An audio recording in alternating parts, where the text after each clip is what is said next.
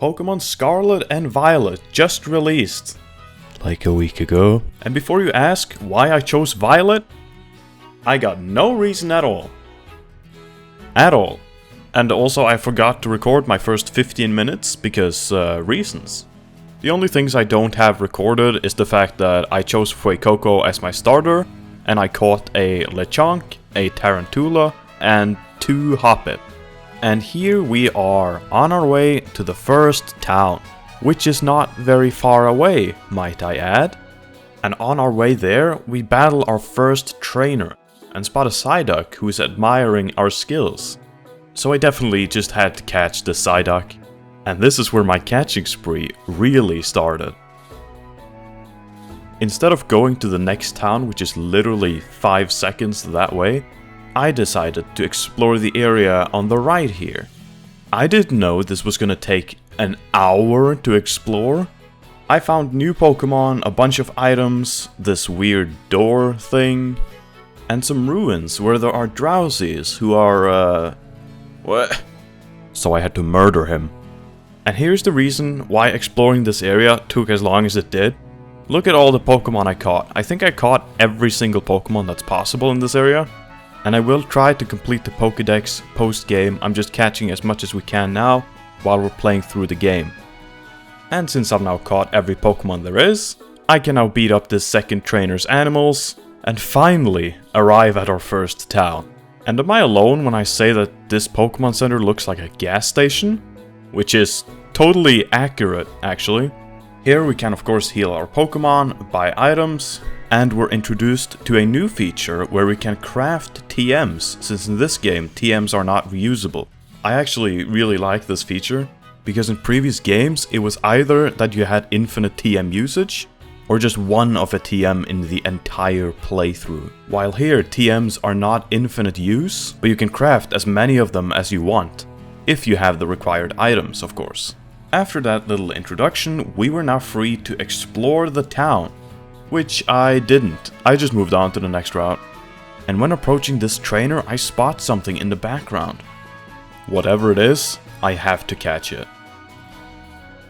Oh my god. Look at this thing. It's adorable. And just like that, we had another team member.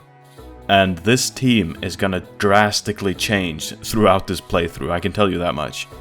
I also forgot the name of the Pokemon I just caught, and the first thing that popped into my head was Splooge. So now it doesn't matter what his name was, now it's Splooge. Yes, that is how it's written. Before entering the doors to the big city, I wanted to battle some trainers just for the sake of experience. I head back to the entrance of the city, but before we can open the doors, our rival Nemona shows up and wants to battle. And while I have to use normal ass moves, Nemona is gonna say fuck that and cheat and use Terra moves on me. Wow, look at this cool mechanic that you don't have access to yet. Cool. After defeating our rival, we finally get to enter Mesagoza. And this is a big city. There is a lot to explore here. But I decided to just follow the main quest and just unlock the world so I can actually start playing the game. And up these stairs, I find 2 Team Star Grunts who are just out here trying to recruit people. So we decide to help her, and thank God we did. All the music that's connected to Team Star might be the best team music in the entire series.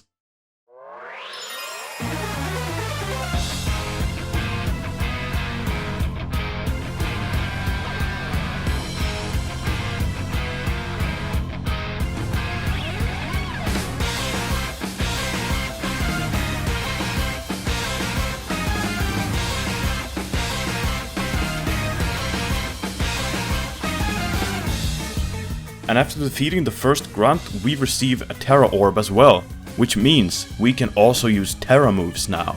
Alright Splooge, you're up, you're using Terra moves first. Now your normal moves are very normal.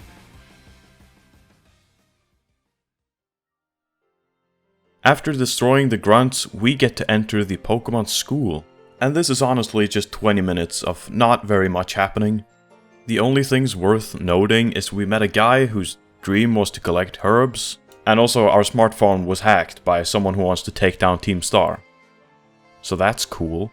And after a couple of days, weeks, or years, I really don't know, we get an assignment from Director Clive to go out and collect treasures or something. So yeah, I'm gonna do that. And here the game kinda lays out the 3 quests that you can do. Nemona wants you to beat all the gyms and challenge the Pokemon League. Arven wants you to fight Titan Pokemon and collect herbs. And Cassiopeia wants me to wage war on Team Star. They mentioned that if I want to start with my gym challenge, I can go through the West Gate. And if I want to start with hunting Titan Pokemon, I can go through the East Gate, where that is probably the closest objective. And of course, I'm gonna choose the West Gate for the first gym at least. And apparently I've lost some of my footage, so we're starting here. I haven't really gone that far, but yeah, I don't know. Anyway, I'm just out here catching Pokemon, battling trainers, just preparing myself for the first gym. And in the middle of that, my Fuecoco evolved. Now he has a candle on his head. Nice. And here I come across my very first Terra raid. And I think this mechanic was very cool. You can either challenge this alone or with your friends.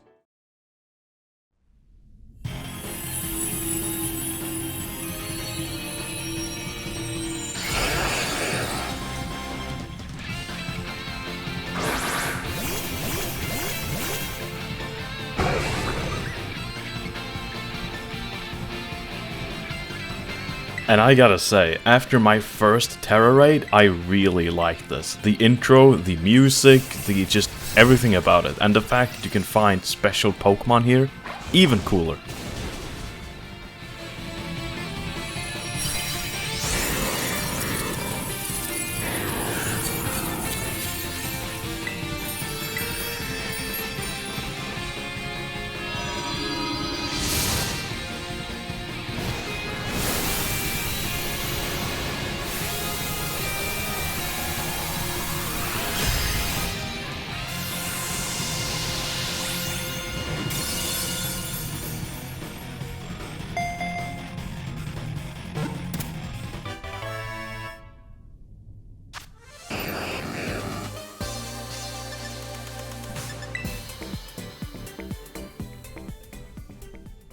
Speaking about cool Pokemon, this next Terra raid actually added a member to our team. Bramblin, a ghost and grass type. And also, its Terra type is electric, which I'm not sure it's gonna be very helpful, but cool, I guess?